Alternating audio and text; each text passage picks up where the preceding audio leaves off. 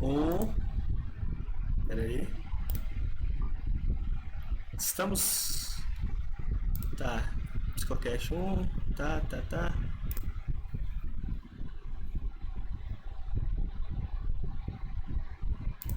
É. Parece que estamos ao vivo. Deixa eu botar a gente aqui. Estamos ao vivo para você, qualquer lugar do mundo aí. Esse é o primeiro projeto nosso, projeto piloto de podcast. Vai ser um projeto conjunto meu com meu amigo Martino. Primeiro de tudo, vou me apresentar. Meu nome é Matheus Lima, eu sou de Montes Claros, norte de Minas Gerais.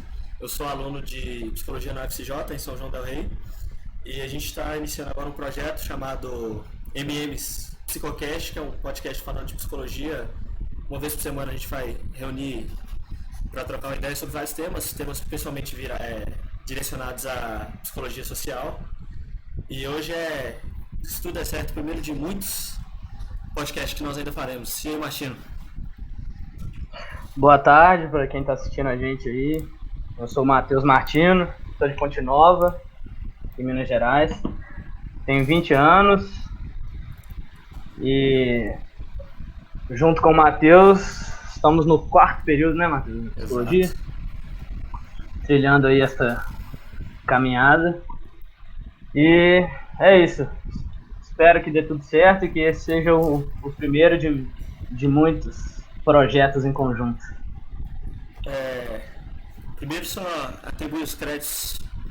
Esse projeto ele surgiu de uma proposição de uma professora nossa, então se porventura você estiver assistindo isso em algum lugar, em algum momento, obrigado, Cat. Foi a professora que motivou a gente a produzir um podcast, a produzir um conteúdo específico sobre inicialmente a matéria dela, que era Psicologia Social 1 e agora é Esclarecimento, Totalitarismo e Formação do Indivíduo. Então, ela foi a inspiração e a motivação para a gente estar aqui hoje se reunindo para falar de vários temas importantes, temas sociais, temas que estão no nosso dia a dia. Hoje é o nosso primeiro episódio, a gente vai falar um pouco de um texto chamado Como Elaborar o Passado, que faz parte de um texto do Adorno e do Horkheimer. É um capítulo de um texto do Adorno e do Horkheimer, que fala principalmente sobre a questão da culpa, do sentimento de culpa, e vamos tatear também para vocês muitos conceitos que a gente trabalha, que a gente desenvolve, que são conceitos importantes não só para a matéria, mas eu acho que é importante para qualquer indivíduo. Eu acho que se a gente começar a ter mais familiaridade, mais contato com esses conceitos, eu acredito que vai ficar mais fácil para a gente entender a nossa missão, talvez como um indivíduo. Exato. Manda bala. Isso já um pouco antecipando o que o Adorno trabalha ali na conclusão dessa discussão, né? No sentido de um direcionamento de como evitar que episódios como a experiência nazista se repita. É exatamente essa possibilidade, esse dever que temos como profissionais, futuros psicólogos, de trabalharmos essa ideia do esclarecimento como única possibilidade possível de romper um ciclo de violência que quase que se retroalimenta.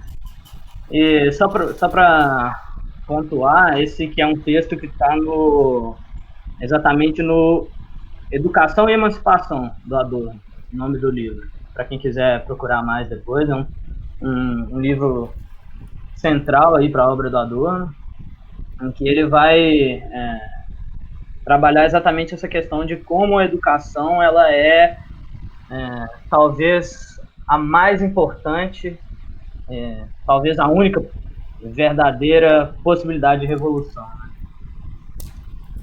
Para começar puxando esse nosso debate, me mata uma dúvida aqui, Martins. Você anda se sentindo muito culpado ultimamente aí? Pois é. É aí que tá. O que significa essa culpa, meu cara?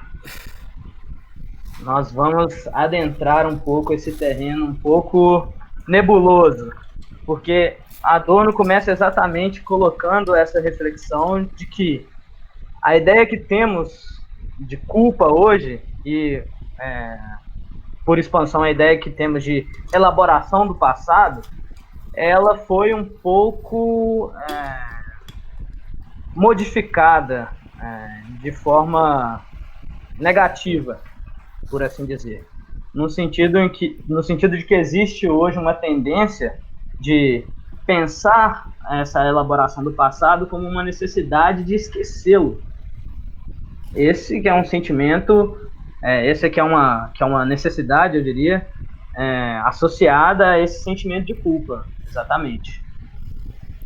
E esse sentimento de culpa, que eu tenho certeza que eu, Martino, qualquer pessoa que porventura esteja assistindo a gente, já sentiu, já remoeu e já tentou elaborar e entender várias vezes, ele talvez seja um dos sentimentos mais cruéis que a gente possa tatear ou elaborar ou trabalhar. Porque ele está muito relacionado à questão principal do texto, do nosso debate, que é a elaboração do passado. A gente sempre imagina que culpa e violência tem que ser paga com culpa e violência. Então, isso é um primeiro grande equívoco que a gente sofre. E outro grande equívoco que a gente sofre, que a gente vai acabar falando mais pra frente, é a questão do... A gente inverte muitos papéis. Tipo, se o nazismo ocorreu na Alemanha, a culpa do nazismo seria daqueles que não fizeram nada para brecar, ou para impedir, ou para inviabilizar o acontecimento do nazismo, só porque eles tinham plena noção do que estava acontecendo no país.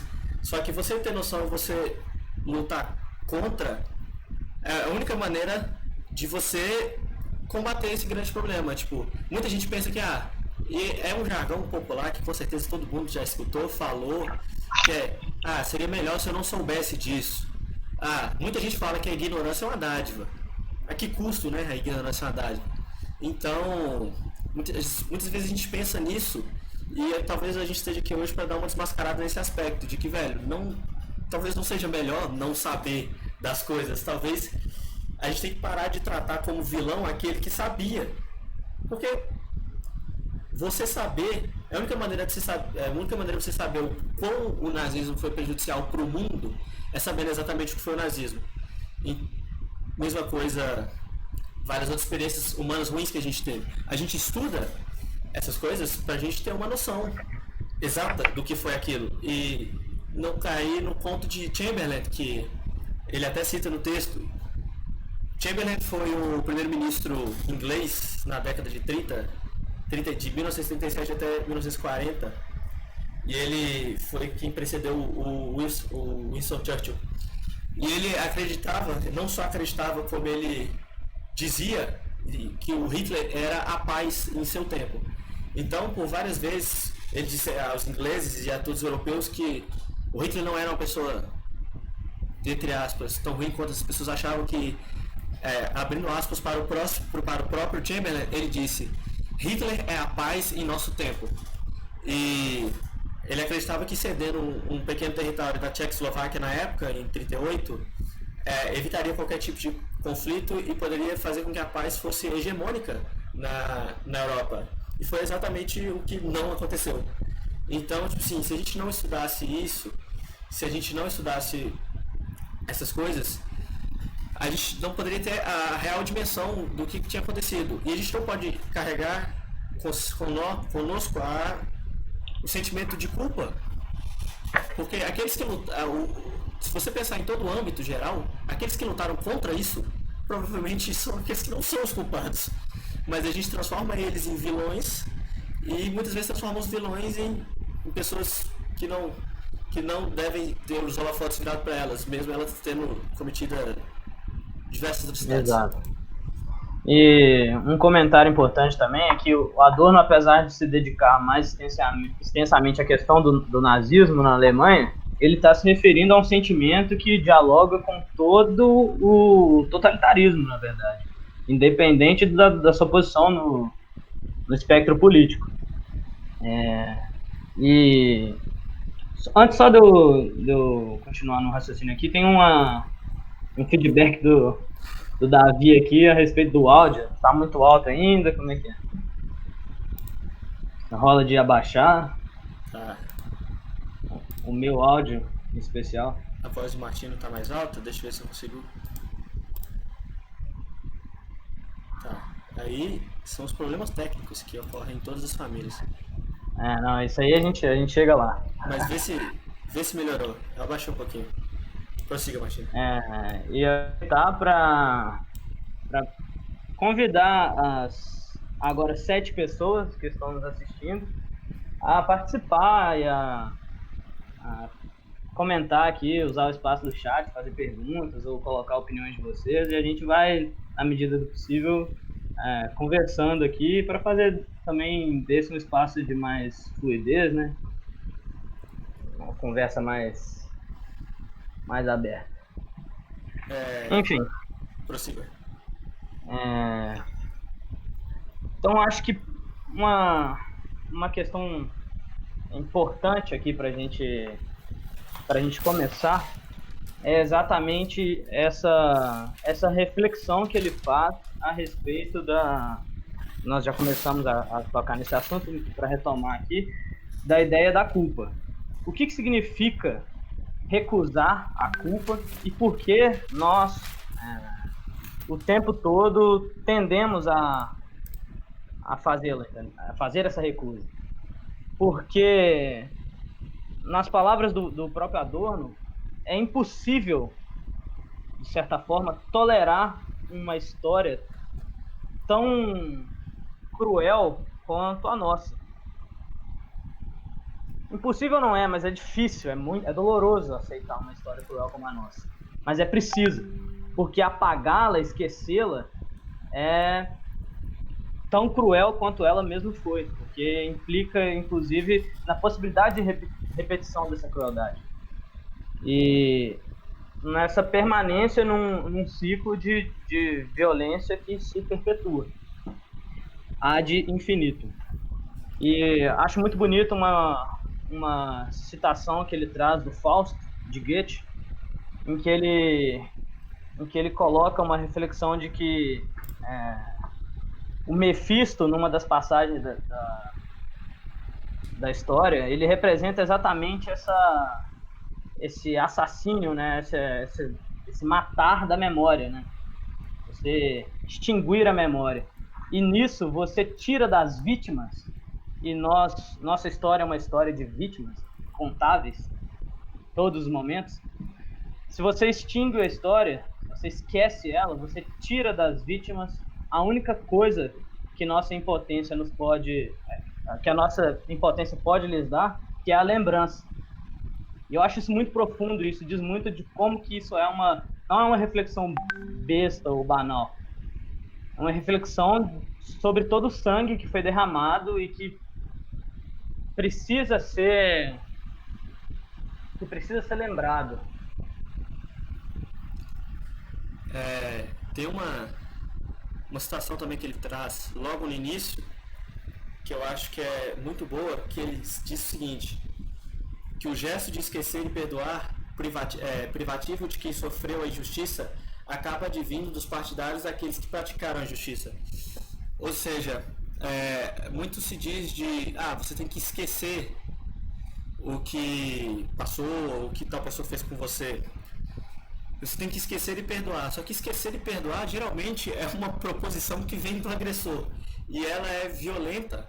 E ela é violenta conosco porque ela nos causa, primeiro, um mecanismo de defesa que faça com que a gente sempre se veja como, se a gente tem que perdoar e esquecer, a gente meio que luta contra essa violência que a gente mesmo sofreu. A gente tem que engolir e nos convencer de que essa violência que alguém cometeu com a gente é algo que não importa, é algo que a gente não precisa elaborar. E acho que um ponto muito importante para a gente falar para vocês é que elaborar é algo estritamente diferente de esquecer. eu vou até retirar a palavra perdoar nesse primeiro momento, mas elaborar é diferente de esquecer. E quando a gente propõe que a gente esqueça aquilo que a gente já produziu algum dia, por mais violento que seja, a gente está propondo que a vítima ela perca o direito à memória. E o direito à memória é algo extremamente importante na vida de qualquer pessoa. E muitas vezes a gente acaba encaixotado nesses aspectos por causa do nosso complexo de culpa. Tipo, a gente, no geral, no âmbito geral, a gente tem um complexo de culpa. De achar que o culpado tem que pagar com violência e culpa, como a gente falou lá no início, então às vezes ele transfere isso para outra pessoa, às vezes ele transfere a raiva, a agressão, a violência para outra pessoa, e isso é algo que, tipo assim, que é totalmente prejudicial. Como o próprio texto traz pra gente, o sentimento de culpa é algo absolutamente doentio. Essa culpa, inclusive, que levada às últimas consequências, no sentido da recusa, ela leva a argumentos terríveis que, vez ou outra, nós infelizmente temos que ouvir. Argumentos como, por exemplo, mas Hitler não matou 6 milhões de judeus, matou 5. Ou então, Stalin matou, não foi tantos milhões de pessoas, foi um pouco menos. E essa irracionalidade de colocar vidas humanas como números, meros números. Isso é um retrato, isso é uma prova quase que cabal dessa incapacidade que nós temos de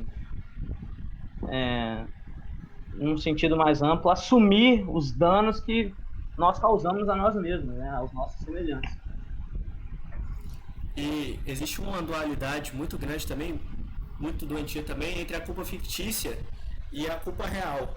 Que a gente acredita que, por exemplo, esses exemplos que a gente trouxe para vocês até agora, de que a culpa fictícia é algo que esquece e tal, não foi nada demais e tal, e a culpa real é aquela que a gente acredita que, nossa, a gente tem tanto medo de ser culpado de alguma coisa, ou de atribuir a culpabilidade às coisas, que a gente acha que a pessoa culpada ela tem que ser castigada, ela tem que ser, entre aspas, não literalmente, mas ela tem que ser violentada, e isso é tão doentio quanto a questão da culpa fictícia, que é você isentar de culpa uma pessoa que efetivamente possa ter tido culpa de alguma coisa. Isso que é um fenômeno muito comum também, se ouve muito, de que, na verdade, é uma tendência, né, de dizer, por exemplo, no caso do nazismo, de que o que era um discurso mais comum à época, mas que, infelizmente, ainda persiste em alguns grupos, de que, por exemplo, os judeus tiveram alguma responsabilidade ou alguma culpa e, por isso, tiveram um fim tão trágico, né, naquela circunstância. O que é absolutamente horrendo, né, se pensar. Mas é dito nesse sentido também, de não conseguir olhar para si e de ter que levar a culpa para o outro. Uma coisa muito importante também, e é tão comum ver isso, que às vezes quando a gente fala isso até acaba assustando, que muitas vezes por hora alguém fala, olha que bacana, você vê a população alemã, germânica, convivendo, celebrando junto da população judia, ou então, que legal, você vê a população negra do Brasil celebrando, convivendo, comemorando o carnaval com a população branca do Brasil. Você atribui um caráter extremamente perigoso e triste, porque se você fala assim, olha que legal, você tem um alemão comemorando com um judeu, você, dentro dessa sua fala, significa que em algum aspecto o judeu teve culpa por tudo aquilo que aconteceu, porque se ele está sendo celebrado junto com o alemão como se fossem inimigos, você coloca o judeu como inimigo do alemão, porque se você fala que hoje eles estão felizes celebrando de maneira conjunta, significa que em algum momento eles eram inimigos mortais e justamente por isso o judeu ele tinha alguma culpa de ser inimigo do alemão.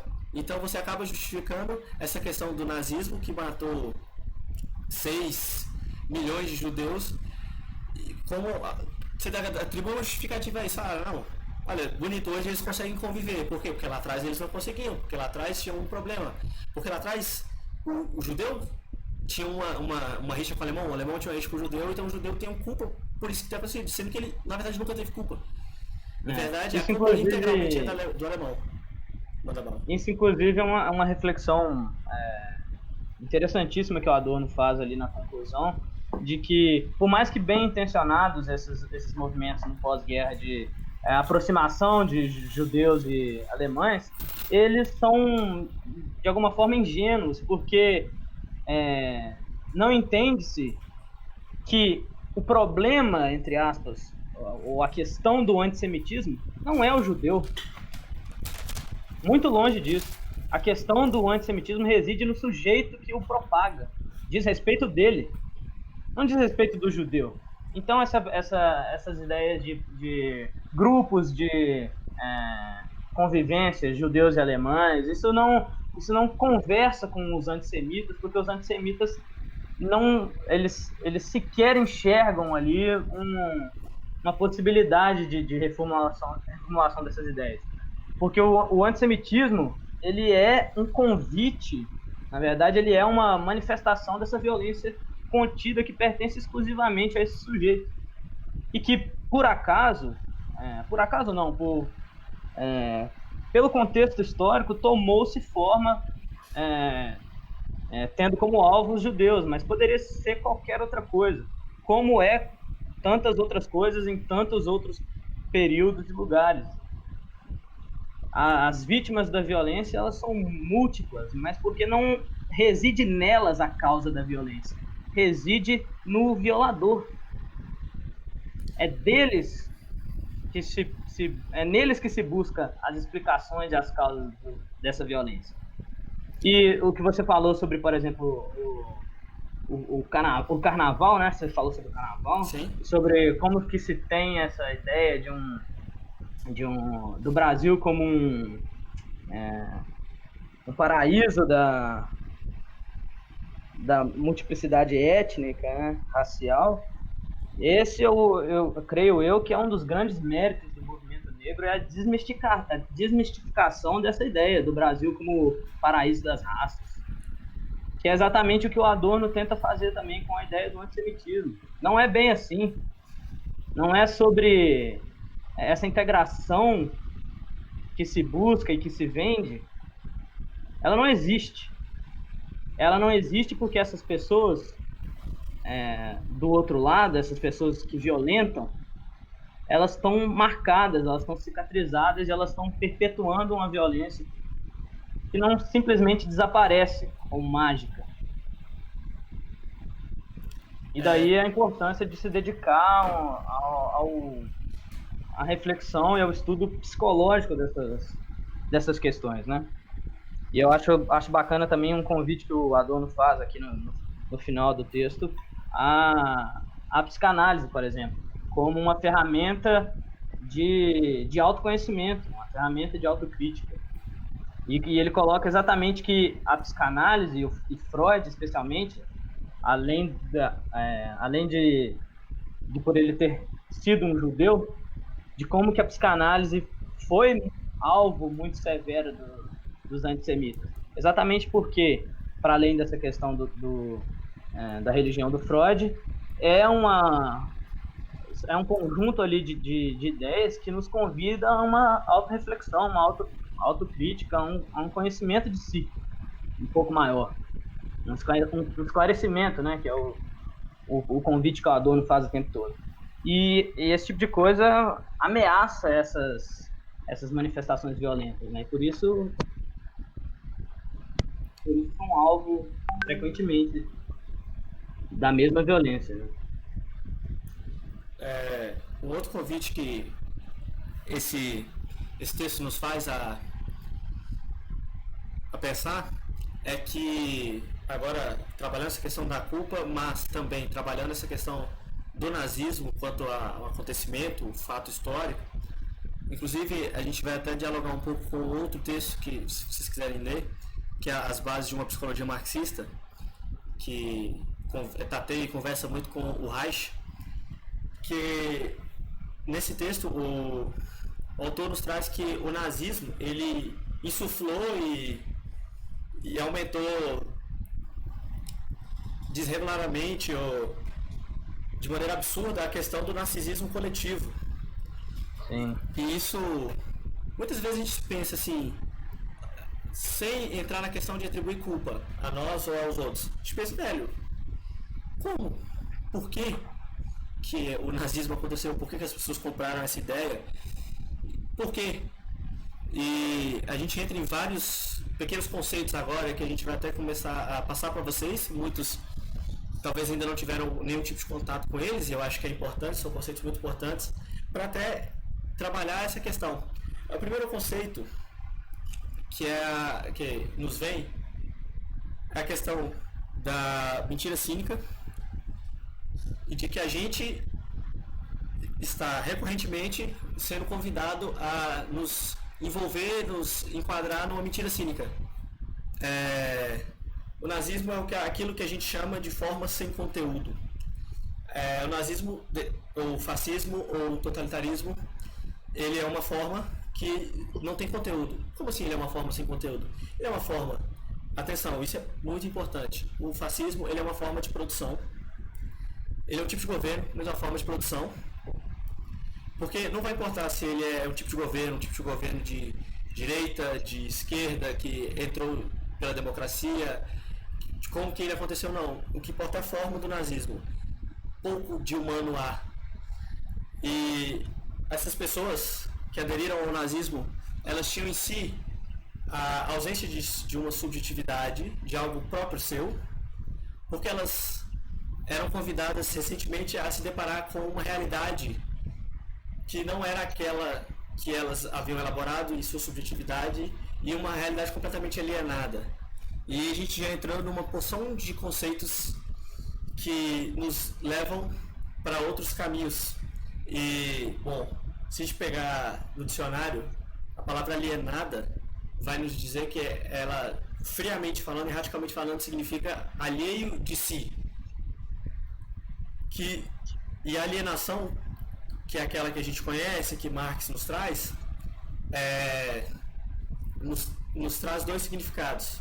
E por isso que a gente vai falar que a alienação ela nos forma, deformando. A alienação ela nos traz estranheza e ausência. Ela nos traz estranheza porque ela nos impossibilita de ter contato com tudo que é produzido na cultura, com tudo que é produzido na sociedade. Então a gente vai na sociedade precisando do dinheiro, que é um objeto que não tem vida, que a gente é obrigado a aprender a amar. Porque se a gente não tem dinheiro, que é um objeto que pouco deveria importar, a gente vai morrer. Então, a gente é formado para viver em uma sociedade em que, se a gente não viver em prol desses objetos inanimados e inúteis, a gente vai morrer. Então, em prol da nossa própria sobrevivência, a gente precisa... a gente é formado de maneira alienada, porque a gente não vai ter contato com o mundo de coisas que são produzidas, a gente não vai ter a noção de quanto vale o meu trabalho, não vou ter a noção de quanto vale o trabalho do Martino, e a única liberdade que a gente vai ter é de escolher se a gente quer ser uma mercadoria um pouco mais cara ou um pouco mais barata. Mas a gente vai estar em uma sociedade completamente violenta e hostil, e é algo que falhou em sua matriz, porque a gente não devia viver num mundo violento e hostil. A gente devia viver num mundo em que a minha felicidade e a minha realização é também a felicidade e a realização do Martino, é também a felicidade e a realização de qualquer um que está aí nos acompanhando no chat. Tem uma passagem, inclusive, em que ele reflete sobre como que, apesar de termos as capacidades técnicas para sanar a fome, por exemplo, como questão global, não é uma questão sanada. Tem pessoas ainda que não têm o que comer. E é por isso que é impossível que uma pessoa ciente dessa condição, mesmo que, em particular, ela tenha acesso a essas benesses da técnica, da tecnologia, é impossível que ela seja plenamente feliz, porque ela percebe, ela vivencia de alguma forma, ela experiencia e enxerga do outro lado a fome, a morte e a barbárie, né? E eu acho bacana um comentário que ele faz, inclusive, sobre essa ideia de que mesmo nos momentos de prosperidade e nos lugares onde essa prosperidade já foi alcançada, mesmo nesses momentos, nós somos todos, por exemplo, desempregados em potencial, numa situação de pleno emprego, por exemplo. Então nós estamos o tempo todo, nós somos o tempo todo vítimas em potencial de, de uma sociedade que não possibilita que nós nos realizemos por completo. Nós somos produtos, nós somos objetos que são submetidos à vontade. Isso resgatando uma outra leitura que a gente fez nessa mesma disciplina, objetos, no caso do capitalismo, submissos à vontade do capital, que esse sim é o único sujeito realizado no capitalismo. Uma coisa importante vale ressaltar é que você mesmo aí que está assistindo esse negócio aqui com nós, você é um objeto. Eu sou um objeto, sim, você é um objeto, um completo objeto. Eu convido vocês a uma imaginação bem tranquila. Vamos supor, eu trabalho vendendo ventilador. Agora eu estaria ganhando um bom dinheiro porque está muito quente. Mas eu trabalho vendendo ventilador. Daí, eu preciso fazer com que o máximo de pessoas possíveis comprem ventilador. Só que o cara que é meu chefe, que é o cara que é o dono da cadeia de produção de ventilador, ele não tá nem aí de quantas pessoas precisam de ventiladores. Pode estar fazendo 5 graus, que o cara vai precisar que eu venda 30 ventiladores. Pode estar fazendo 300 graus, o cara vai precisar que eu venda 30 ventiladores. O ventilador é a finalidade. Tipo assim, se eu não vender 30 ventiladores, não é o ventilador que vai ser demitido. Não, sou eu que vou ser demitido. Sou eu que estou trabalhando em prol do que eu estou produzindo. Eu estou produzindo um ventilador para escolher se eu compro depois um saco de arroz, um livro do Freud ou um computador, um celular, qualquer coisa do tipo. A gente tem acessos e experiências diferentes com as coisas que são produzidas na cultura. Diga, Martino. E nessa reflexão que você está trazendo, se perde exatamente isso que se fala muito, que é a função social do trabalho, disso de você enxergar para além do lucro, para além do dinheiro, que é o resultado final, mas para o processo, e se identificar como, no exemplo do Matheus, um sujeito que vende ventiladores, e como que isso representa e tem uma importância na sociedade. Isso foi completamente tirado das pessoas do capitalismo. As pessoas não enxergam mais a importância, o valor e o papel que o trabalho delas tem no todo social. E essa forma de alienação, ela inclusive, agora puxando um pouco para a questão psicológica, ela é causadora, de adoecimentos também. Inegavelmente. Porque o trabalho é uma manifestação essencial ao sujeito. O trabalho é uma das formas do sujeito se colocar no meio, do sujeito se realizar. E se o sujeito não se enxerga no trabalho que ele executa, no produto que ele produz, é um sujeito que, nesse aspecto da vida dele, que é um aspecto importante, não enxerga propósito algum. Fica ali um vazio, um lugar que, hoje eu vendo ventilador, mas eu poderia fazer qualquer outra coisa, porque não me importa o que eu faço. Importa o dinheiro que eu ganho.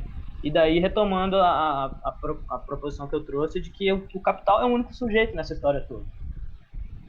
Não é o ventilador, não é o rapaz que o vende, não é compra. Quem ocupa o lugar central, quem demanda e quem é demandado é o capital. Apenas. E é uma relação tão violenta que a gente tem com tudo que é produzido que para pensar. isso aqui é um suspensório. Vocês conseguem... Incrível. Vocês conseguem ver nesse suspensório que aqui dentro tem fogo, sangue e pedra lascada? Acho que ninguém olha para um suspensório e pensa que aqui algum dia já teve fogo, sangue e pedra lascada. Porque foi tirado das coisas e de nós, foi tirado de nós vários aspectos e vários níveis de humanidade. Se você for pensar num conceito mais cabeludo ainda da psicologia, trazendo lá no Freud, que é a castração, que para o Freud, para parte dos analistas, é a perca e a eterna busca de um objeto que lhe deu o prazer. O Adorno vai dizer que a castração para nós, para o ser humano, é a incapacidade de estabelecer relações humanas, ou de incapacidade de humanidade como um todo. Cara, esse suspensório aqui, eu não olho para ele e penso que ele foi pedra lascada, sangue, e tem alguém aqui. Tem alguém que fez esse suspensório. Porque um dia a gente descobriu o fogo, hoje ele virou um suspensório. A gente vê isso aqui como uma finalidade, assim como o carro. Cara, você quer coisa que o ser humano ama mais do que carro? Bicho, carro é um negócio que a pessoa acha que é humano. A gente tem até o Transformers aí, né? Tem até o Transformers aí. Tem gente que fala, mano, o carro é uma pessoa. E, mano, o carro ele nada mais é do que a sociedade ou uma quantidade de pessoas que se juntaram para produzir um facilitador para outras pessoas. Você não pensa que o carro é um facilitador para outras pessoas. Você pensa que o carro é seu objetivo de vida. E não é. Porque... Matheus, diga. Você me fez entrar numa pira aqui agora. Será que Transformers é uma grande analogia ao fetichismo da mercadoria, cara? Eu acho que é a analogia mais perfeita. É o produto que assume forma humana? Caralho! Que loucura. Eu acho que dois conceitos que vale a pena trazer para vocês aqui agora é o de fetichismo e o de... e reificação. Fetichismo e reificação. Sempre que a gente escuta a palavra fetiche, a gente pensa em coisas, muitas vezes, indevidas. A gente é levado a muitos caminhos. Diga por você, pô. O fetichismo, se você for pensar na própria cerne da palavra, é você dar vida a algo inanimado. É você ter como finalidade algo inanimado. É você ficar feliz e você virar o seu prazer para algo inanimado. Você fala, cara, eu tô muito, muito, muito, muito, muito feliz. Por quê? Porque eu tenho um carro. Pô, você tá feliz porque você ganhou um facilitador? Todo mundo devia ter um carro. Um facilitador. Você devia estar muito, muito, muito triste porque você tem um carro e tem alguém em algum lugar no mundo nesse exato segundo morrendo de malária, que é uma doença erradicada em, 70% do mundo. Isso significa que 30% do mundo é suscetível a morrer de malária. E se você não consegue entender que, pô, se alguém está morrendo de malária nesse exato segundo, você também pode morrer de malária, ou seja, o sofrimento de alguém, ou a não realização de um desejo de alguém, pode ser o seu sofrimento e a não realização de um desejo seu, você está vivendo errado. E isso é duro de conceber. E isso é duro de tatear, de compreender. Porque, velho, é muito simples até. Pô, se eu tenho um carro, todo mundo poderia ter um carro. Mas não é assim, porque a sociedade ela tem um fim em si mesmo. O capital tem um fim em si mesmo. Eles não precisam... Olha que louco. A gente constitui a sociedade. A sociedade começou como uma organização humana. Mas, porém, entretanto, hoje, se metade da população mundial morrer, falar de Deus, tal qual fez o Thanos, não faz diferença para a sociedade. Não faz a mínima diferença para a sociedade. Porque ela tem um fim em si mesmo. Ela é maior, infinitamente maior do que a soma de todos os seus indivíduos. Por quê? Porque ela é como diz o Leontiev, em patamar. Ou seja, mano, a gente alcançou o patamar do helicóptero, velho. O cara pode pousar em helicóptero em São Paulo. Então, tipo assim, se todo mundo que não tem acesso à água potável morrer, não faz diferença, mano, porque tem a galera do helicóptero lá em cima, mano. Então, tipo assim, são colocados novos níveis de cultura. Cultura, entenda a cultura como natureza transformada. E entenda trabalho como cultura, porque o nosso trabalho é transformar a natureza. Entenda essas três coisas numa relação intrínseca. E, tipo assim, é tenso você pensar isso. E é ao mesmo tempo muito violento. E por isso que a gente volta lá no início. Por isso que o fascismo é um modo. O fascismo é um modo de produção e não necessariamente um tipo de governo. Porque o Davi até comentou aqui que é tenso pensar que o capitalismo é gerador e intensificador de problemas assim. O capitalismo talvez seja a terceira grande modo de produção que a gente viveu. A gente teve o escravagismo, o feudalismo e agora tem o capitalismo. E é louco pensar como que ele tem fim em si mesmo. E eu perdi um pouco o fio da meada. Eu acho que, só pra fazer uma retomada ao texto, eu acho que essa é uma reflexão que ele traz também, de como que, quando a gente fala dessas coisas, de como que uma parcela tem acesso a facilitadores incontáveis, enquanto uma outra parcela talvez maior, talvez não, certamente maior, não tem o básico, a sobrevivência. Isso parece um clichê já, né? Parece uma coisa batida, parece até algo demagogo, no sentido de que se fala e repete esse discurso o tempo todo e não parece que estamos chegando a algum lugar no sentido de transformar isso. E nos causa essa sensação de impotência. E o Adorno vai trabalhar exatamente que a ideologia dominante hoje é essa que subjetiva essa impotência. A gente olha para essa situação global de desigualdades tremendas e de uma barbárie quase que absoluta, e a gente não pensa que pode fazer muita coisa a respeito. E transforma isso na nossa condição subjetiva. É assim que se vive. Eu não posso me permitir preocupar-me com essas coisas. Não é assim que se faz. Não é isso que eu preciso fazer. Porque eu vou enlouquecer se fizer isso. Ou então, porque eu simplesmente não me importo mesmo. Então é uma ideologia que não nos convida, pelo contrário, nos afasta a fazer esse tipo de reflexão.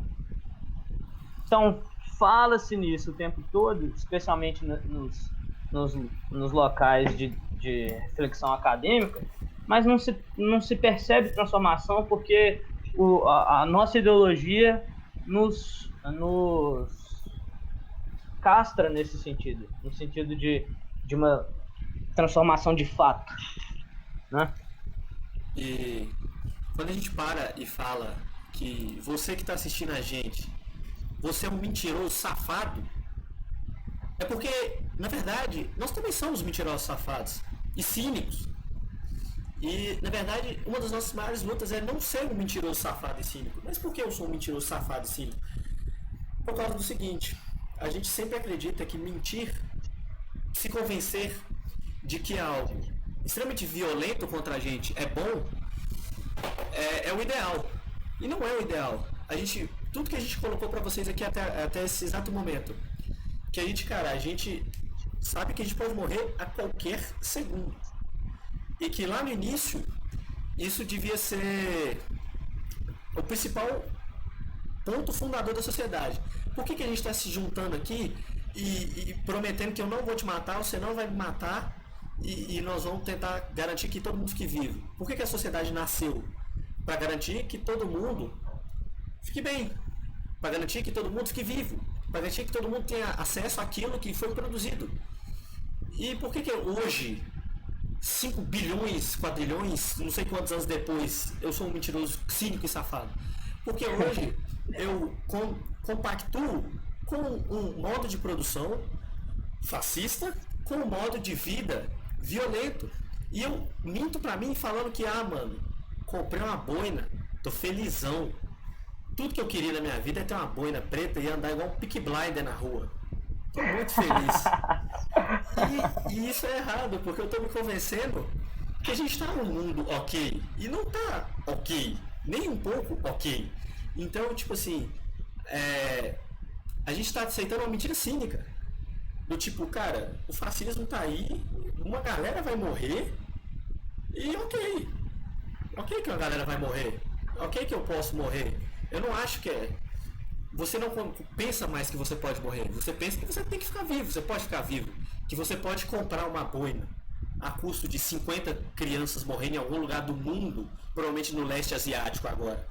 Então, tipo assim, por isso que a gente fala E, Matheus, só um comentário rápido. Conversando um pouco com a contemporaneidade, a gente tem experienciado isso frequentemente em relação à Covid. Sim. Quando Sim, se noticia a quantidade de vítimas no Brasil ou no mundo, a maioria das pessoas enxerga aquilo como estatística. Não se olha para aquele número como vidas perdidas, como quantidade de vidas perdidas. Então nós somos o tempo todo, reiterando essa ideia, nós somos o tempo todo convidados a naturalizar a barbárie, a não nos importar com a vida, né? Existe uma promessa básica de todo ser humano. A gente promete isso a partir do momento que o oxigênio entra no nosso pulmão, que é liberdade e, coloque 1 milhão de aspas, segurança.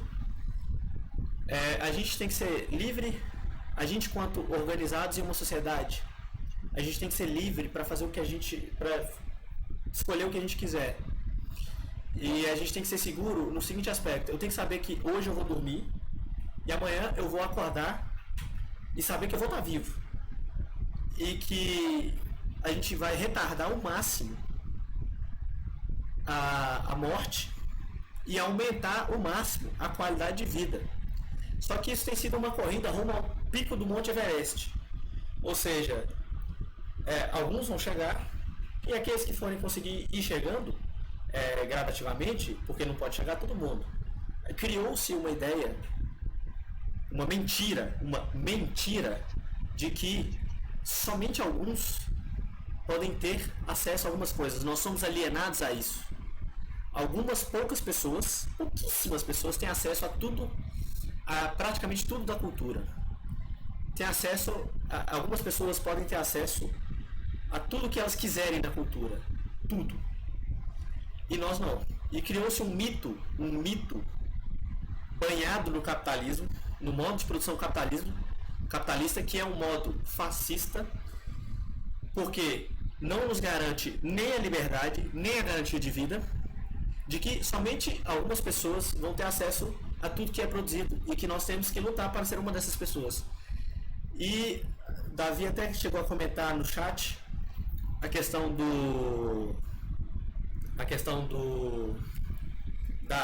da água, e é engraçado, cara.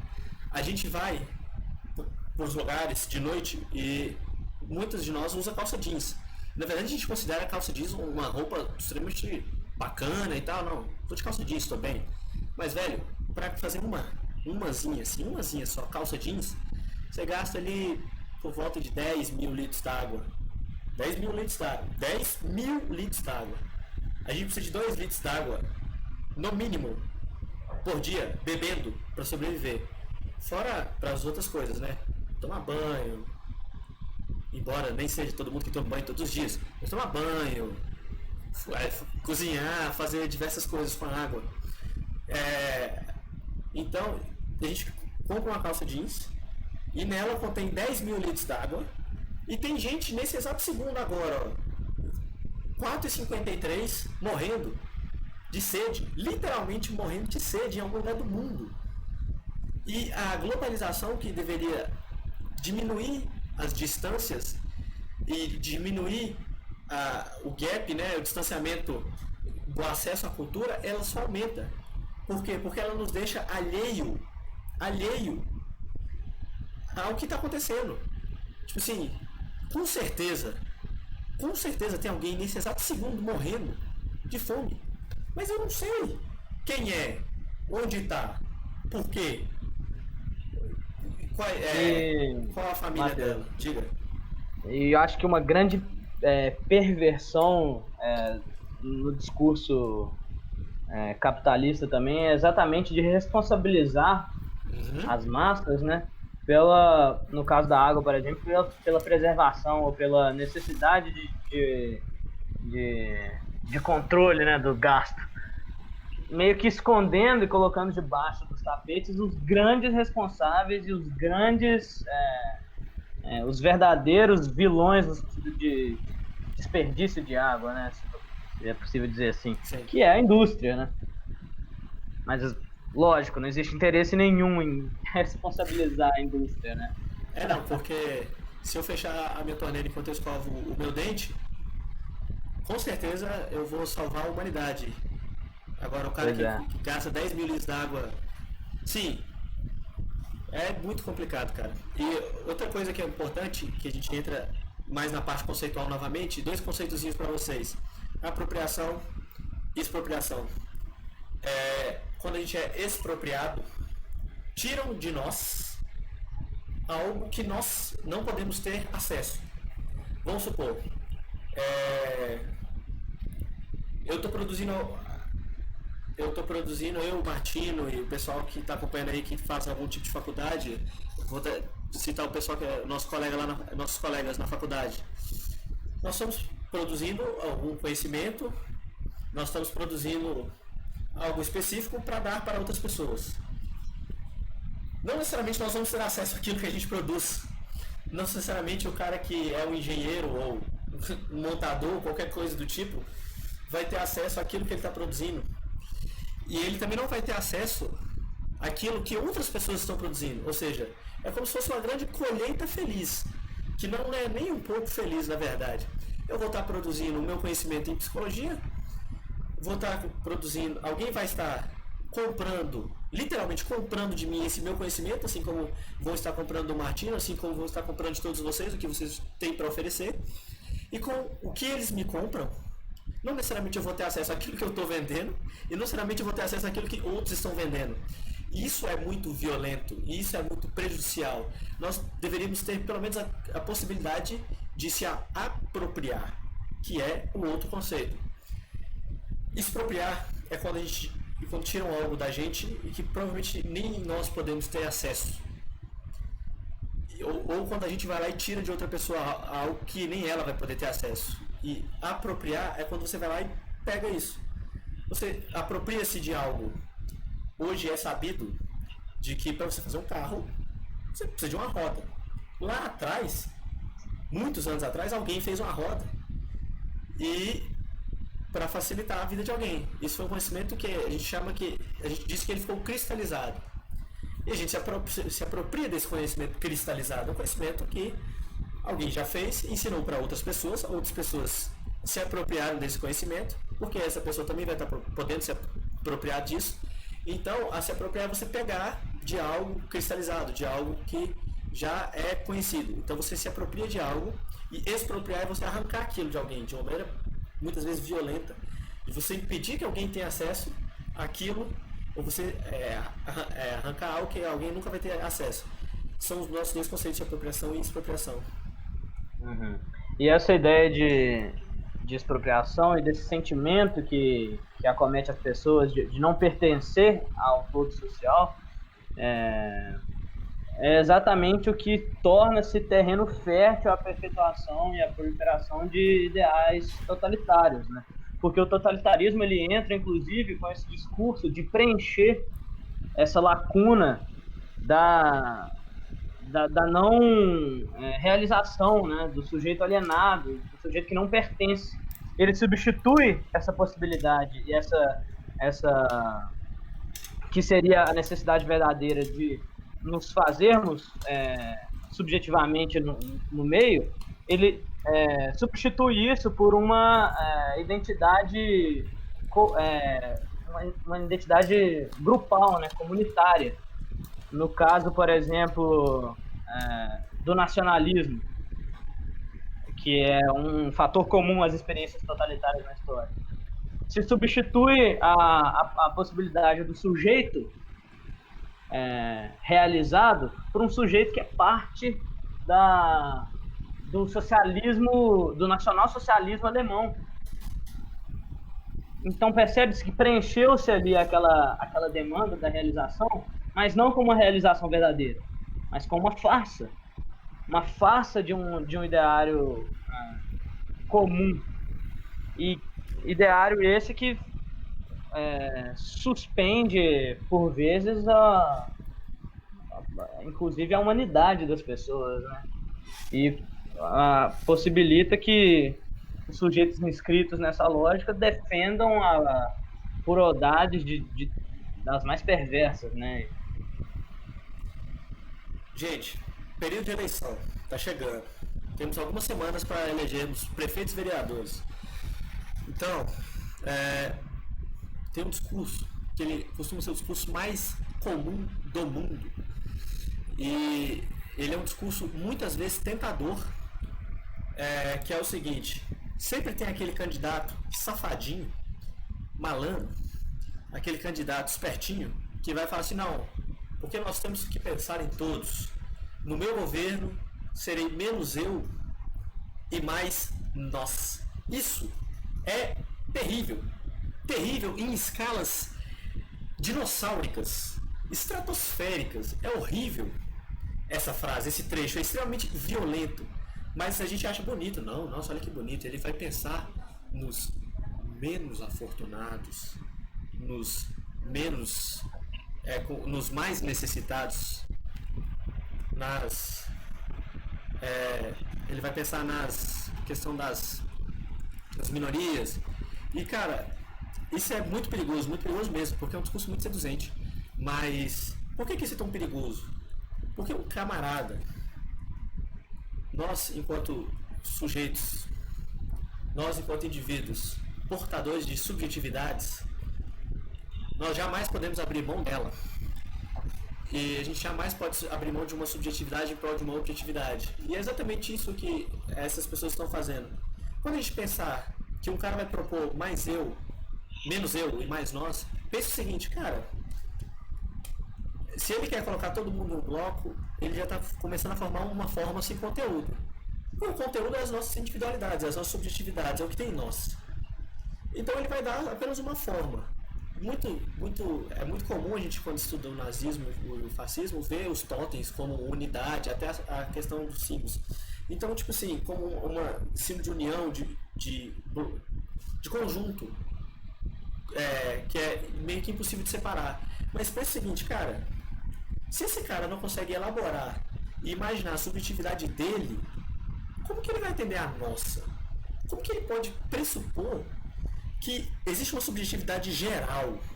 Não existe uma subjetividade geral. Existe uma objetividade geral. Porque o que é objetivo é o que todo mundo vê. Isso é um objeto, isso é objetivo. Esse tem um objetivo de não deixar a minha calça cair nesse exato momento. É o objetivo do suspensório. Isso é o objetivo. O subjetivo é aquilo que está em nós. Se a gente for pensar no Sartre, a gente pensa que é aquilo que a gente projeta para nós lá na frente. Isso é subjetivo. E a gente tem que ser... A subjetividade é algo estritamente humano. Então, tipo assim... É difícil você pensar que um candidato que propõe mais nós e menos eu é algo saudável, algo bom. Por que é esse mais nós? Por que eu não tenho direito mais à minha subjetividade? Por que a minha subjetividade tem que ser a subjetividade do Martino? Pô, tem que ser eu. Primeiro, eu tenho que pensar na minha subjetividade. Porque se eu consigo realizar a minha subjetividade, eu entendo que a subjetividade do Martino é importante, que ele tem que realizar a subjetividade dele. Não que nós dois somos obrigados. Olha que violento. Eu e o Martino somos obrigados a ter a mesma subjetividade.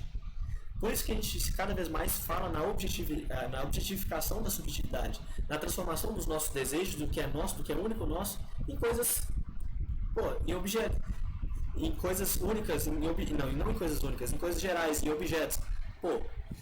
Agora eu sei que eu quero um carro, porque eu sei que nem todo mundo pode ter acesso ao carro, então é um privilégio que eu vou poder ter, que muita gente não vai poder ter. E eu sei que o Martinho também vai querer ter um carro. Às vezes, na minha subjetividade, isso nem fazia importância. Meu desejo era outro.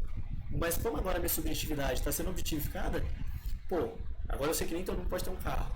Eu sei que só quando eu tiver um carro, eu vou poder, talvez um dia chegar no avião. Nossa, olha que louco, mano. Nossa, eu vou poder parar de viajar. Olha só, olha que louco. Meu objetivo, minha subjetividade diz que, pô, eu projetei pra mim que eu quero muito ir pra São João, porque eu quero ver as pessoas que eu gosto e tal.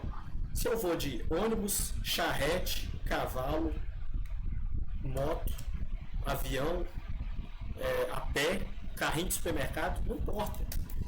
O que importa é eu chegar lá. Eu chegar lá é o que importa. Mas eu fui ensinado de que, pô, eu tenho que ter um carro, porque vai me dar mais conforto, porque nem todo mundo pode ter um carro. E aí eu vou poder parar de viajar de ônibus. E daí, quem sabe, um dia eu vou poder viajar de avião. Você percebe que, tipo assim, isso está sendo objetificado? Porque não faz diferença nenhuma, mano. A única diferença que faz é o tempo que eu vou levar. Então eu poderia... Mano, todo mundo poderia viajar de ônibus pra São João. Ou a partir do momento que o avião existe, todo mundo poderia viajar de avião pra São João. Mas não é o que acontece.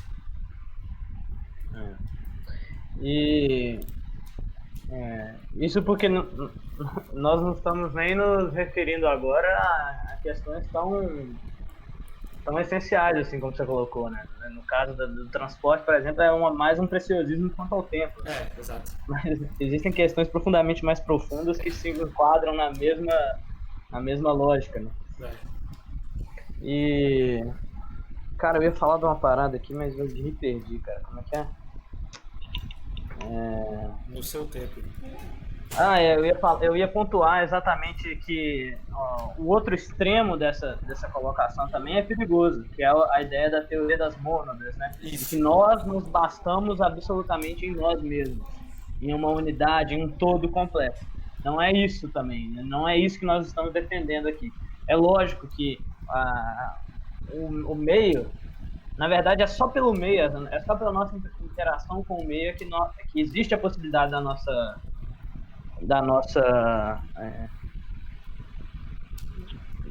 subjetividade ser efetivada, né? Sim. Nós não nos bastamos, não existe isso. Mas também nós não podemos nos tornar uma massa, um coletivo sem forma, com forma, mas sem conteúdo, perdão, e que reproduz um discurso único, né? É algo entre esses dois extremos, pois é. E tem uma passagem muito interessante que eu não vou ficar devendo aqui agora o autor, mas a Cat sempre recita essa passagem para nós, que ela diz o seguinte: somente na paulinidade de Paulo, somente na paulinidade de Paulo, Pedro se torna Pedro. Daí, talvez isso seja até dela, não? A frase dela. Pode ser uma adaptação dela. Daí isso reforça aquela ideia de que, tipo, a gente precisa do outro, a gente é extremamente dependente do outro para que exista a gente. Porque a gente precisa perceber a subjetividade do outro para formar a nossa subjetividade. E se as subjetividades forem todas objetivadas, a gente vai começar a formar a nossa subjetividade de uma maneira objetivada também. Então, faz, tipo assim, se tornar algo cada vez mais cíclico e cada vez mais violento, e violento, e violento. E não existe nada mais violento, pensando nessa questão de subjetividade objetivada, do que você ser obrigado a amar algo inanimado, que não tem vida e que faça você de dependente. Ou seja, não existe nada mais violento do que você amar algo daquilo que você depende. Por exemplo, peraí, a gente tem aqui, ó, a gente tem uma nota de R$2 aqui. Nota de R$2. É algo completamente vazio. É algo completamente sem conteúdo. É algo completamente violento. Porque, cara, esse papelzinho aqui, ele que me mantém vivo ou me mantém morto. E eu tenho que amar ele. Porque não existe motivação para trabalhar ou para fazer as coisas se a gente não amar as coisas. não existe motivação nenhuma. Então a gente é obrigado a amar o dinheiro, a gente cresce sendo obrigado a amar o dinheiro. Porque se a gente não amar, se a gente não tiver a mínima motivação para entrar nessa engrenagem que a gente é submetido e amar e venerar e trabalhar em prol do capital, a gente não sobrevive. Então isso é algo extremamente violento. E os mecanismos de defesa que a gente cria para assim, não, eu estou fazendo certo, eu estou gerando dinheiro, estou produzindo dinheiro, são ainda mais violentos. É muito melhor e é muito menos incrível que pareça, a gente falar a verdade para si mesmo e perceber que a gente está numa relação extremamente violenta com o dinheiro ou com qualquer objeto que seja, do que a gente ficar num mundo em que todos os dias a gente tenha que se convencer de que, não, eu sou feliz, não, eu gosto do dinheiro, não, o dinheiro é importante. Todos os dias, se você tem que justificar para você mesmo, todos os dias, que aquilo é bom, talvez aquilo não seja realmente bom. E acho que conversa muito com isso também, a crítica que ele faz à nossa democracia, no sentido de que ela não cumpre exatamente essa promessa de realização do sujeito, de realização da subjetividade. E, bom, apesar disso, nós todos precisamos sobreviver. E, nesse caso, para sobreviver, a gente tem que se sujeitar a essa lógica. E abdicar dessa realização do eu. E abdicar do eu, de certa forma. E é daí que reside, né, a possibilidade, né, e é o que explica um pouco de por que ainda existem e por que a nossa sociedade ainda é um terreno fértil a fascismos, mesmo dentro da democracia, porque a nossa democracia falha nesse sentido, fracassa, no sentido de que não cumpre essa promessa de autonomia.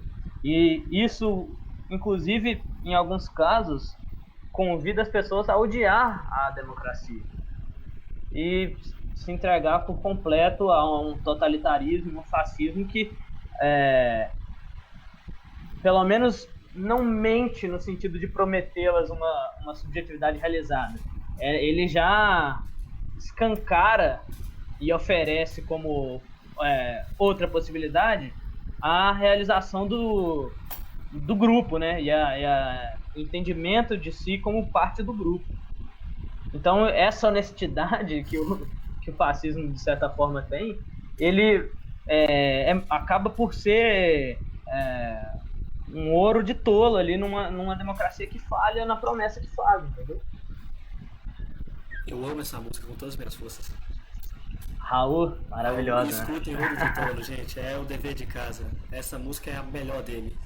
Ah, mas que sujeito chato sou eu, que não acha nada engraçado. É bem isso. E, bom, já que a gente começou a falar de música e exaltou o Raul, agora eu vou ter que dar um puxão de orelha em um saudoso, que é o Cazuza. Porque a gente cresce pensando que ideologia, eu quero uma pra viver. Não, gente, não queiram ideologia pra viver. Não queiram, por favor, não queiram ideologia pra viver. E o Cazuza contou que muita gente tinha que querer uma ideologia pra viver, mas a ideologia é algo extremamente violento e extremamente prejudicial. Primeiro, porque a Cat puxa muito a nossa orelha em relação a isso.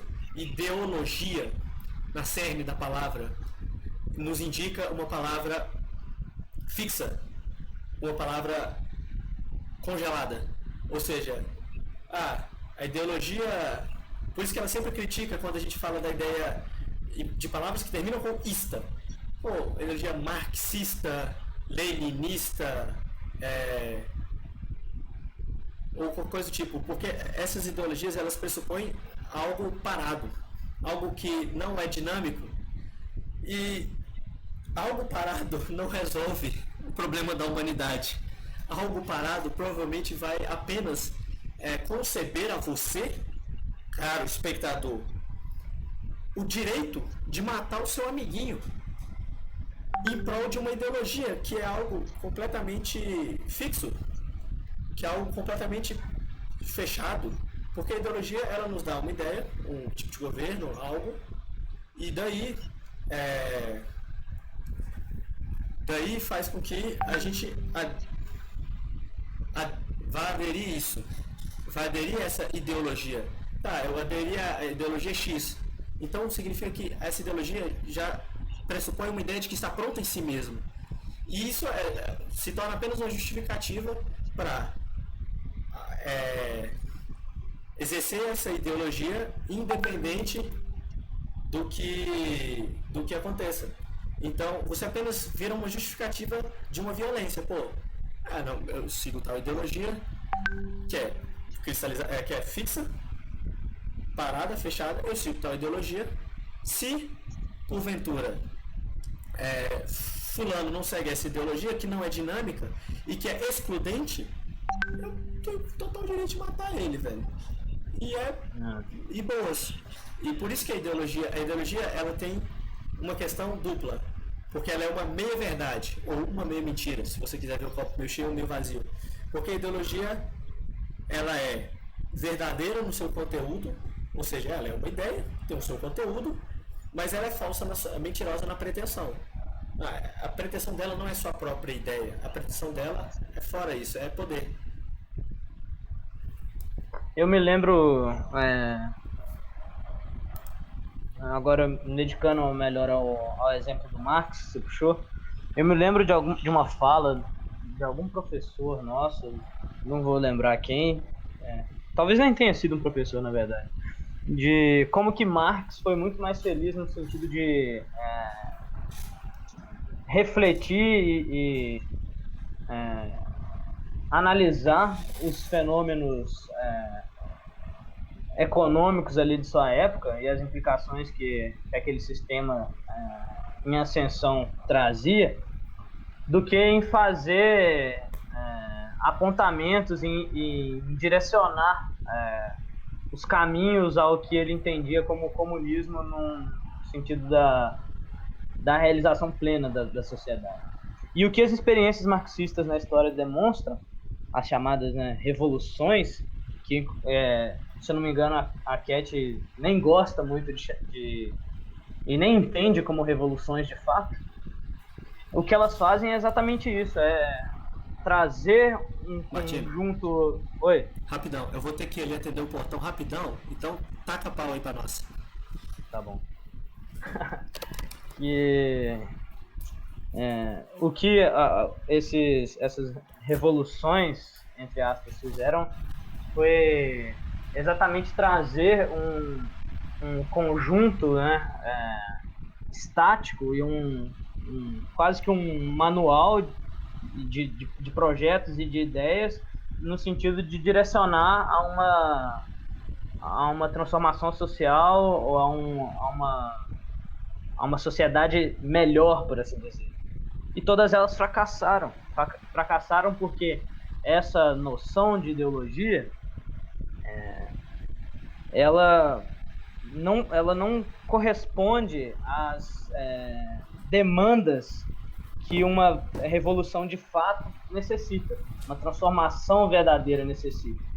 E o Adorno cita muito isso no final do texto, no sentido de que a revolução possível, acho que já até falei disso aqui no momento inicial, de que a revolução possível é a educação.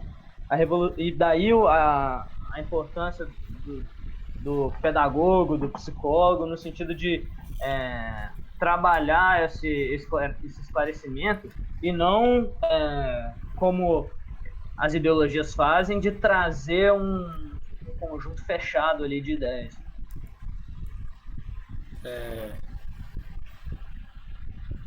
Bom, peraí. Acho que... Peraí, eu meio que te deixei em apuros aí agora, né? Chegou meio... Eu peguei o bonde andando, assim. Só caralho, comecei a embolar também. Não, acho que eu fui. Não, mas tranquilo. Tá, mas... Vamos fazer uma reflexão sobre esse momento final do texto. Maravilha. Acho que é importante. dos apontamentos que ele faz no sentido do fracasso da elaboração do passado. Eu vou até... Quer ver? Quero só... Pegar um trecho? pegar um... Não vou nem ler, não. Mas só vou... Só pra te orientar aí também. Maravilha. Que ele... Pera aí.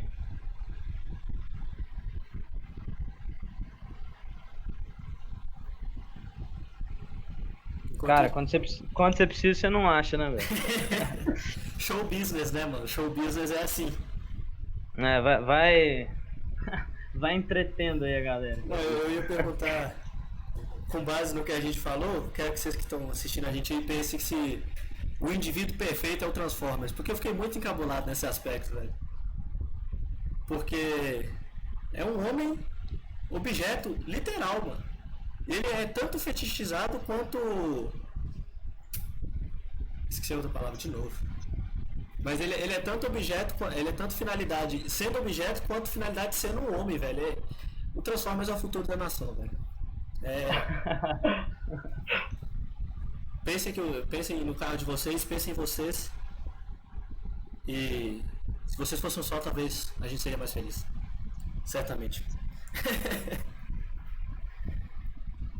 Mas... eu encontrei aqui, ó. Maravilha. Que é esse apontamento que ele faz de como que a sobrevivência do fascismo e o insucesso disso que ele traz como elaboração do passado reside exatamente na persistência desse fascismo na democracia.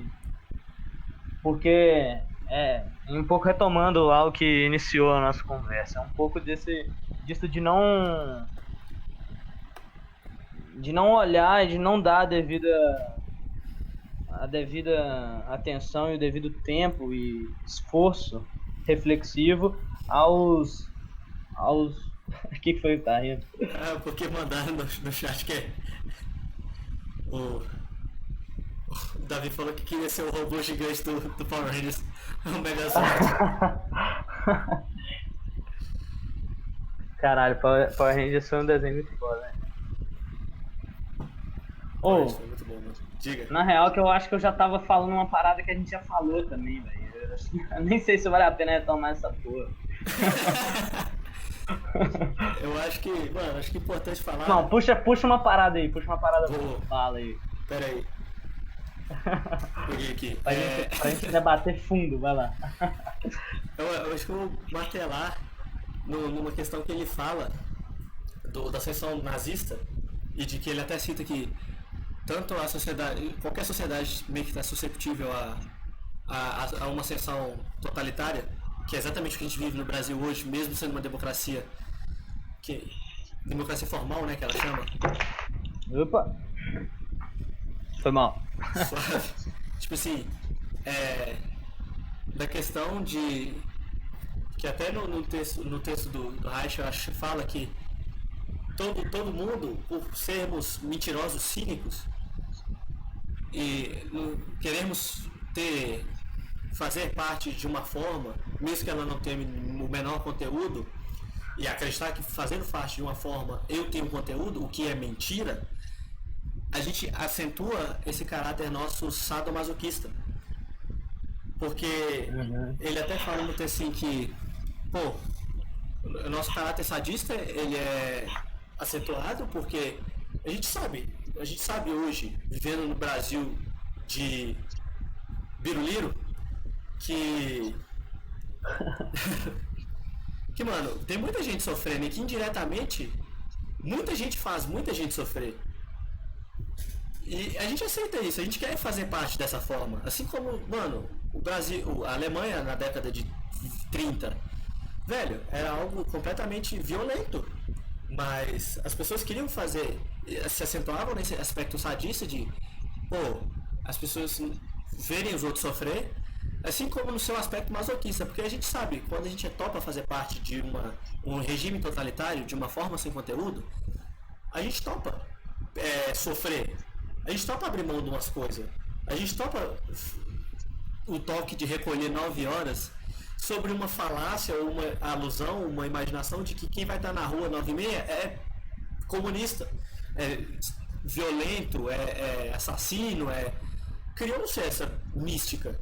A gente abriu mão de um período do dia, da nossa liberdade, em prol de ver alguém sofrer. Tipo, a gente cedeu esse espaço do dia para policiais matarem pessoas. Então, tipo assim, é um caráter sadomasoquista que a gente deixa aflorar porque a gente tem muita vontade de fazer parte desse objeto. Inclusive, quando ele menciona Freud no texto, ele vai falar exatamente da fantasia das massas, né? Ele cita o livro do Freud, Psicologia de Massas e Análise do Eu, e de como que existe mesmo de como que o totalitarismo ele é uma possibilidade de dar vazão a esses anseios, a esses desejos, né? A essas fantasias que tendem, nesses casos, a manifestar-se pela violência, né? Violência a grupos específicos, porque é ainda mais cruel. Mas que no fim das contas é uma violência, como a Cat costuma sempre reiterar, uma violência de todos contra todos. A gente. Vou até pegar o nome do cara pra não tomar xingo da Cat e não ser injusto com ele também. O nosso grande amigo Timir Yazev, russo, botânico, ele disse para nós um termo que eu não sei se já cheguei a citar nessa ainda hoje, mas que é a luta contra a luta pela existência. E isso é o princípio fundamental da humanidade. Entender que nosso papel como ser humano é dar vazão, dar prosseguimento a essa luta contra a luta pela existência, pelos motivos certos. Na verdade, o projeto primário de cultura, como natureza transformada, é exatamente esse. É aplacar, amenizar a luta pela sobrevivência, torná-la menos dolorosa. Mas o fracasso da cultura reside exatamente porque a gente substitui a luta pela sobrevivência por uma luta contra todos. Ela até fala que... Caralho, eu aprendi muito Social 1, né, cara? Nós estamos até vendo pro gasto, mano. Ela sempre diz muito do... Como é que fala? Que a guerra do fogo, na verdade, devia ser a paz do fogo, que todos os nossos problemas seriam sanados desde o início. Caralho, quando ela falou isso da primeira vez, nessas aulas sobre totalitarismo, eu passei, tipo, o resto da noite, cara, pegando viagem nisso. Caralho, mano. É mesmo, velho. Mano, e é tão louco pensar que, tipo assim... É a guerra do fogo, mano. Olha que loucura. É tão louco pensar nessa questão da identificação que, tipo assim, velho... Começou a dar... Não vou falar palavras erradas, mas começou a dar bigode lá no início, velho. Peraí. Agora que me dei conta que eu tô falando palavrão pra caralho, né? Falei de novo. Mas acho que depois rola de pôr uns bip, né? Na hora de mandar. A gente pode pôr uns bip. Pode ser uns bip. Pô, a Cat é de boa. Liga de palavrão, pô? Acho que não, mano. A gente... sei lá, vamos ver. Só tem um jeito vou falar um bagulho aqui, que essa parte tem que ser cortada do produto final, tá? Maravilha. Mas é que eu acho muito foda, velho. E essa é uma das coisas incríveis de assistir aula com a Cat à distância e não presencialmente. Que a distância, por ela estar na casa dela, ela pode, no meio da aula, como ela faz frequentemente, acender um cigarro, cara, e começar a fumar e trocar uma ideia cabulosa. Eu fico, caralho, velho, é muito foda. Mano, vocês que não conhecem a Cat, acho que o momento, o ápice da aula é quando ela tá falando, um negócio muito treta, aí ela para de falar no meio, dá uma tragada no cigarro, olha pro nada e termina a fala, mano. Acho que a gente devia abrir uma exceção de tipo assim, não, dentro da sala só a Cat pode. Mano, deixa ela fumar. No mundo só a Cat pode, velho. Deixa ela fumar lá dentro. Não, e eu acho que o mais louco, velho, se a gente for parar pra pensar nós quanto alunos de psicologia, é a questão do papel do psicólogo, né, velho? Porque a gente pensa muito no subjetivo e a gente pensa primeiro que só tem problema a gente só pensa que só tem problema subjetivo quem não tem problema objetivo, tá ligado? Tipo, se a pessoa não passa fome, ela tem problemas de âmbito subjetivo. Isso é uma maior falácia que existe, velho. Isso é muito louco, velho. Caralho, a gente voltou pro assunto muito sério de repente. Não, mano, porque, tipo assim, eu frito muito nisso, porque eu pensei, mano, a gente nunca para pra pensar que a pessoa que tem fome, ela também tem problema de autoestima, né, velho? E muitas vezes a fome é um dos motivos da autoestima. Pois é. E, na verdade, esse é um retrato muito verdadeiro da nossa sociedade, é de como que os danos psicológicos, eles não estão entrelaçados a questões econômicas, né? É lógico que eles tomam formas diferentes dependendo da realidade das pessoas, mas no sentido de que todo mundo sofre.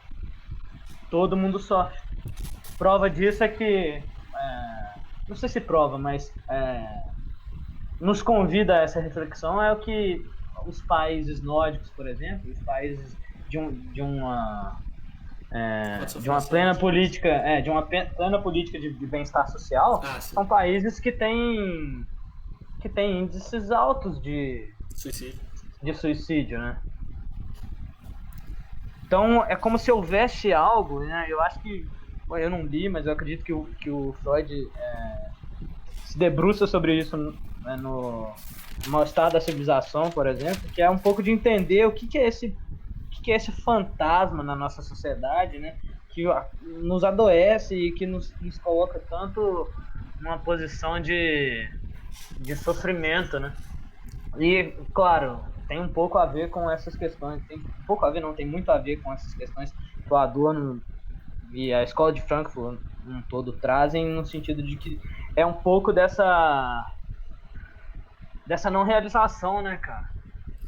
Não, e é tão louco que, pegando até a palavra fantasma, a gente usa a questão do caráter fantasmagórico do objeto, porque a gente pensa assim, pô, algo que existe e não tem vida é um fantasma.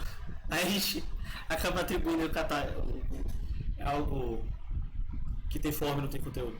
A gente acaba atribuindo o caráter fantasmagórico aos objetos. E algo muito louco também, essa questão da identificação, é que a gente é muito traumatizado no aspecto de que a gente tem medo de se identificar com as coisas. A gente tem medo de saber que um giz e um professor, friamente falando, um giz e um professor, eles têm o mesmo valor. Porque eles são mercadoria. O professor precisa do giz, o giz precisa do professor, os dois são mercadoria, os dois estão sendo vendidos. Que muda o preço. Mas o giz, o professor não. A gente tem medo de se identificar com os objetos porque a gente tem uma relação traumática e alienada muito grande com os objetos desde o início. A gente é tratado como objeto muito cedo. Desde muito cedo o pessoal quer saber se você vai ser uma mercadoria mais cara ou uma mercadoria mais barata. Ah não, Martino ele tem um passe diferenciado, ele tem um porte atlético, Martino vai ser um baita de um jogador de futebol. Brincou, né? Quem viu o Martino jogando bola sabe que ele é diferenciado.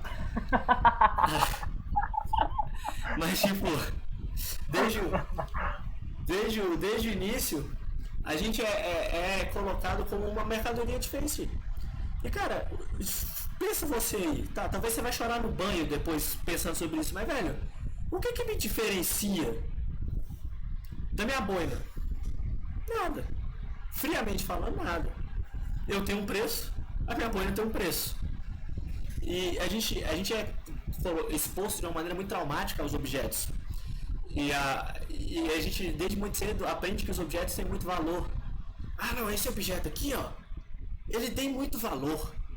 Pô, não, mano. Se eu rasgar, se eu botar fogo na minha boina, não faz diferença nenhuma. Se eu botar fogo no Martino, faz uma baita da diferença. Porque ele e a realização dos desejos dele diz diretamente a respeito das minhas realizações dos meus desejos. Então, tipo assim, o Martino, ele faz parte da mesma sociedade que eu. Ele faz parte da mesma organização que eu. Então, não porque ele faz parte do meu círculo social, porque um cara lá no Burundi, ele tem diretamente relação com a mim.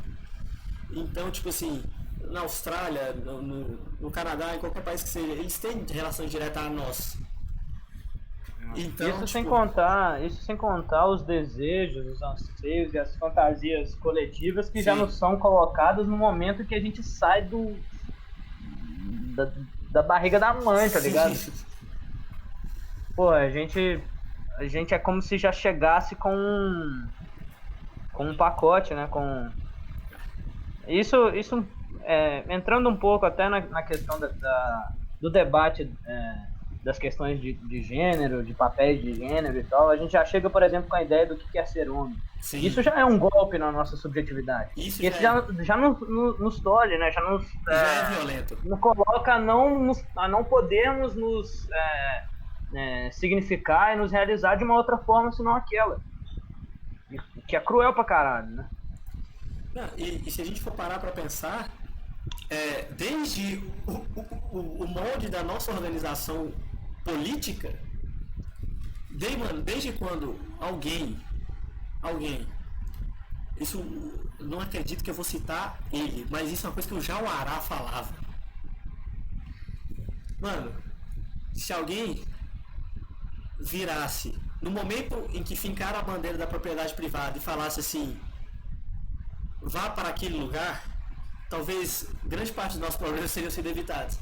Mas a gente nasce em uma propriedade privada que não faz o menor sentido.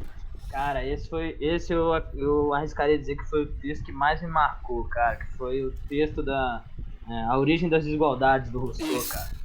Que o culpado por grande parte dos males, o culpado pelas desigualdades é aquele que ousou pela primeira vez cercar um punhado de terra e chamar de seu. Chamar de seu, exatamente esse é o trecho. E, velho, tipo assim, gente, pensa comigo aqui. A propriedade privada, ela não tem vida, ela é um completamente vazio e violento. Porque a gente, mano, eu sou obrigado, aqui ó, isso aqui é uma parede, eu sou obrigado a amar essa parede com unhas e dentes. Porque se eu não tivesse essa merda dessa parede branca aqui no meu fundo, provavelmente eu seria morto agora. Então a gente é obrigado a amar a propriedade privada, porque assim, a gente achou, lá em determinado momento, a gente achou que a propriedade privada era um progresso, mas na verdade era um regresso. Porque a gente delimitou o espaço de cada um e garantiu que alguns tivessem espaço e outros não. Então eu sei que o Martim tem a propriedade privada dele e eu tenho a minha propriedade privada e eu sou obrigado a me identificar com a minha casa, sendo que, mano, dane-se a minha casa. Isso chegou num ponto dramático e eu acho que o capitalismo ele radicaliza essa ideia de que nós somos o que nós temos, né? Tem um pouco dessa ideia, né? As minhas propriedades, elas dizem de quem eu sou. Se eu sou um homem de muitas posses, eu sou um bom homem. Eu sou um homem exemplo. Mas, na verdade, eu sou um homem absolutamente vazio. E triste. E tão vazio quanto triste.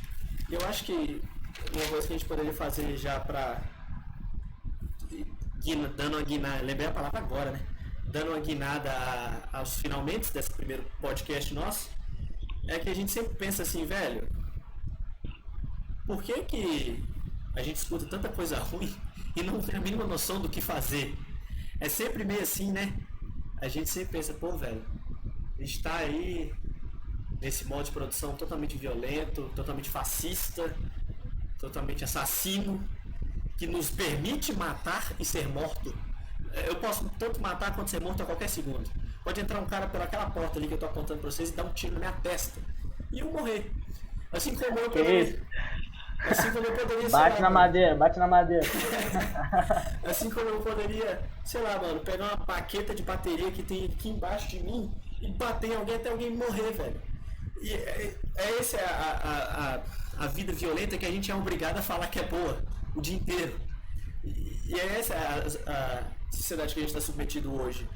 E, velho, parece triste e vazio e melancólico escutar isso. Mas eu quero que vocês saibam, todos vocês que um dia escutarem isso que a gente está falando, que, cara, você está escutando isso e pensando sobre isso agora, ao invés de estar pensando sobre o que você deveria estar fazendo para ser produtivo, você está jogando areia na engrenagem, cara. Você está sendo resistência. E se você tá assim, e eu tô assim, e o Martino tá assim, quer dizer que um caminho nós temos. E nem que um dia a gente vá e faça a nossa sociedade alternativa no meio do nada, com, obviamente, tudo que já foi cristalizado para nós, né? Eu duvido que seja uma sociedade alternativa sem internet, por exemplo. Mas, cara, isso é um ponto, isso é lutar contra, isso é elaborar, cara. Você está elaborando o passado, você está elaborando o presente, você está projetando um futuro diferente do que grande parte das pessoas estão fazendo nesse exato segundo. E, cara, a gente tem que lutar por todo mundo. Eu luto por mim, eu luto pelo Martino, eu luto por vocês. Eu não luto para mim. Para mim ser uma pessoa mais rica, mais feliz, mais bonita. Não, eu luto por mim e eu luto por vocês, assim como o Martino luta por mim e por vocês. Isso é a coisa que a gente tem que pensar. Cara, a gente está pensando sobre isso agora. Isso é importante demais. A gente não está pensando agora, sei lá, mano, que Jojo tá na roça da fazenda. A gente não tá pensando nisso agora. A gente não tá pensando que... Eu acredito que a urgência e o convite que o Adorno faz ao esclarecimento é exatamente nesse sentido de que é a única, talvez a única possibilidade, né? A única transformação, né? O único caminho para uma transformação efetiva, né? Eu queria até, já que estamos no momento de encerramento aqui, fazer uma leitura desse encerramento, que eu acho muito bonito, quando ele diz assim: o passado só estará plenamente elaborado no instante em que estiverem eliminadas as causas do que passou. O encantamento do passado pode manter-se até hoje unicamente porque continuam existindo as suas causas. Isso é um soco na boca do estômago.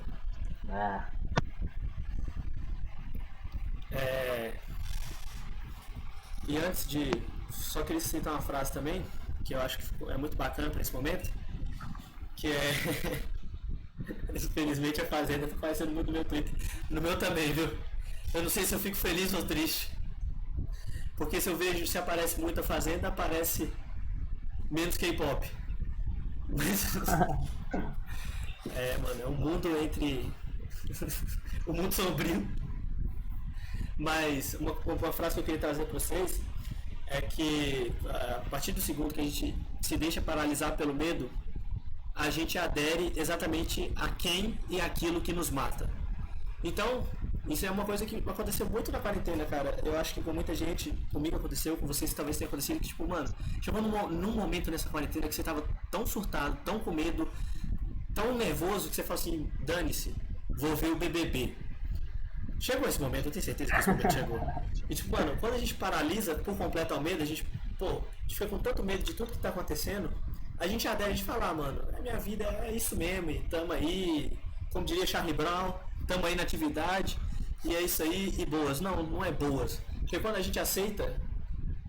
o que o Adorno fala da subjetivação da impotência.